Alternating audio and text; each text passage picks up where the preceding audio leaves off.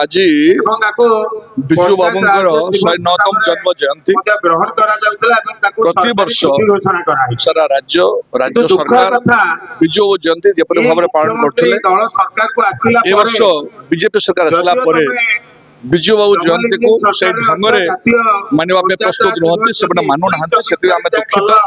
କିନ୍ତୁ ବିଜୁ ବାବୁଙ୍କୁ ଯୋଉ ସମ୍ମାନ ଦେବା କଥା ସେ ସମ୍ମାନ ଆମେ ଅନ୍ୟ ବର୍ଷ ମାନଙ୍କରେ ଦଳ ସହିତ सरकारी स्तर में दौलू।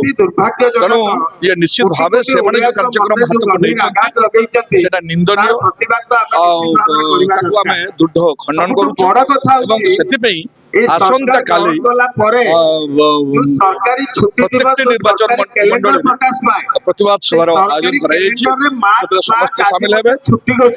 आज विजु जयंती को आम पार्टी ऑफिस रे अनुष्ठानिक भाव पालन कर जो मैंने समस्ते आसी समस्त को मो तरफ व्यक्तिगत भाव धन्यवाद।